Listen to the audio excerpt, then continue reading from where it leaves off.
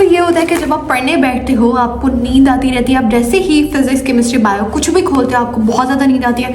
तो ये वीडियो आपके लिए। इस वीडियो में मैं आप लोगों को कुछ ऐसी टिप्स बताने वाली हूँ जिनकी हेल्प से आपका ये जो इशू है ना ये बिल्कुल ही ख़त्म हो जाएगा इंशाल्लाह। सबसे पहले तो मैं आपको एक रिसर्च बताती हूँ। एक रिसर्च थी जिसमें 2 ट्विन्स बच्चे थे, ठीक है, बिल्कुल लाइक ट्विन्स थे, और उनमें से एक की रूटीन इस तरह से सेट की गई कि जो एक बच्चा है वो पूरे 7 घंटे सोता है, ठीक है, और लेकिन हर दिन एक ही टाइम पे, जैसे वो कह लो कि रात 8 बजे सो गया और फिर वो पूरे 7 घंटे बाद उठ गया। अब उसकी स्लीप जो है वो फिक्स्ड है, वो रोज़ उसी टाइम पे सोता है, उसका स्लीपिंग पैटर्न जो है वो फिक्स्ड है, रोज़ 7 घंटे सोता है और एग्जैक्ट एक ही टाइम पे।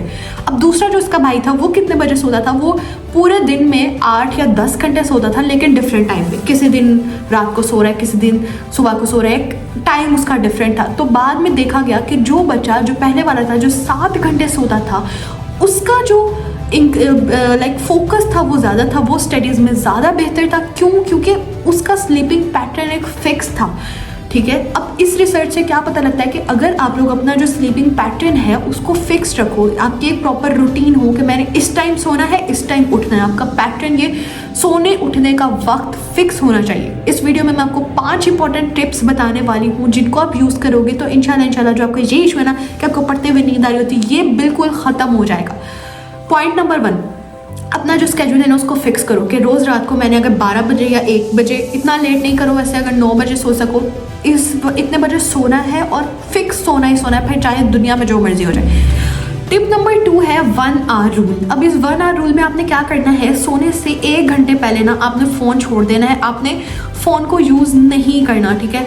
और लाइक आपने अपनी स्लीप को ना, लाइक आपकी स्लीप बहुत अच्छी होनी चाहिए, आपका मैट्रेस अच्छा होना चाहिए ताकि जब आप दिन में उठो ना तब आप फ्रेश हो और आपकी जितनी नींद बॉडी को रिक्वायर्ड है वो पूरी हो चुके।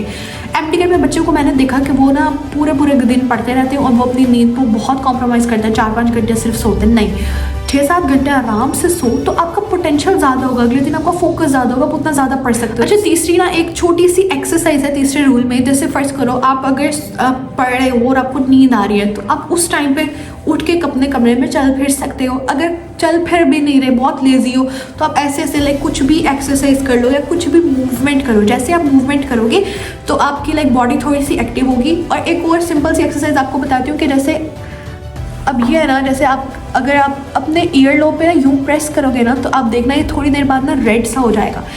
ये सिंपल सी एक्सरसाइज है। अगर जब आपको बहुत ज़्यादा नींद आ रही हो तो आप इसको ऐसे प्रॉपर्ली प्रेस करोगे तो ये बहुत ज़्यादा रेड होगा और आपके जो ब्रेन की तरफ ब्लड सर्कुलेशन है वो इंक्रीज़ करेगी। ये आप सिंपल एक्सरसाइज करके भी इसको इंक्रीज़ कर सकते हो तो फिर आपकी नींद उड़ जाएगी। और एक और बात यह कि आप उस वक्त पानी पी लो, आप ज़्यादा सारा पानी पी लो ताकि क्या हो कि जो आपकी नींद है वो उस वक्त आपको नहीं आए। चौथी हमारी टिप, ये बहुत इंपॉर्टेंट है और बिलीव मी ये वर्क करती है। अगर आपने खाना खाना है ना, जिस तरह से आप पढ़ रहे हो, आपकी पूरी दिन की रूटीन है, आपने खाना खाना है, इस तरह नहीं करना कि एक वक्त में ही बहुत ज़्यादा खाना खा लेना, नहीं। आप लोग थोड़ा, अगर आप एक वक्त में बहुत ज़्यादा खाना खा लोगे उसका नुकसान क्या है, आपकी बॉडी की सारी एनर्जी उस खाने को डाइजेस्ट करवाने में जाएगी। आपका जो ब्लड फ्लो है वो आपके डाइजेस्टिव सिस्टम में, आपके गट में, आपके एब्डोमेन में यहाँ पे ज़्यादा हो जाएगा और आपके ब्रेन में जो ब्लड फ्लो है वो डिक्रीज़ कर जाएगा। आपकी बॉडी जो है वो पैरासिम्पैथेटिक सिस्टम में चली जाएगी, रेस्ट एंड डाइजेस्ट फेज में चली जाएगी। उससे क्या होगा कि आपकी प्रोडक्टिविटी कम हो जाएगी, आपको फिर नींद आनी फुल। ये तो हदीस में भी है कि आपको कुछ भूख छोड़कर खाना चाहिए, ठीक है। मैं मफ़हूम बता रही हूँ, एग्जैक्ट वर्डिंग नहीं बता रही, मुझे जज मत करना। लेकिन आप लोगों ने एक ही बार में फुल खाना नहीं खा लेना, थोड़ा थोड़ा खाना खाओ, जैसे थोड़ी देर बाद खा लिया, फिर थोड़ी देर बाद खा लिया, इस तरह खाओ। एक ही बार में फुल खा लोगे और फिर तो आपको नींद पक्का आएगी ही आएगी। 5th और लास्ट सबसे इंपॉर्टेंट टिप है, जहाँ पे पढ़ रहे हो ना, खुदा का वास्ते वहाँ पे लाइटें ज़्यादा लगवा लो। सस्ते वाले बल्ब भी आते हैं वो लगवा लो, लाइट बहुत ज़्यादा होनी चाहिए, एक अच्छा लैंप खरीद लो। अब मैंने हॉस्टल में देखा है, MBBS में हॉस्टल में, हमारे हॉस्टल में ना लड़कियों को सेंस नहीं है। मतलब मैं खुद अपने साथ कभी ये नहीं करती। मैं जब पढ़ी हूँ तो मेरे पास अपना लैंप है, मतलब मेरे पास अपने 2 लैंप हैं और मैं हमेशा मतलब लाइट प्रॉपर हो तभी पढ़ती हूँ, वरना मैं नहीं पढ़ती, ठीक है।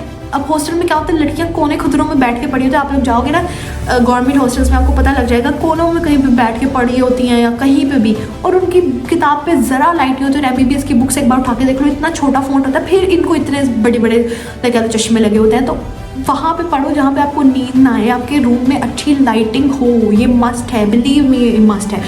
ये इंपॉर्टेंट टिप्स थी 5। यहाँ पे हम लोग वीडियो को एंड करते हैं और आई होप आपको वीडियो अच्छी लगी तो अपने किसी फ्रेंड के साथ शेयर कर दो। और जज़ाकल्लाह, thank you so much for watching.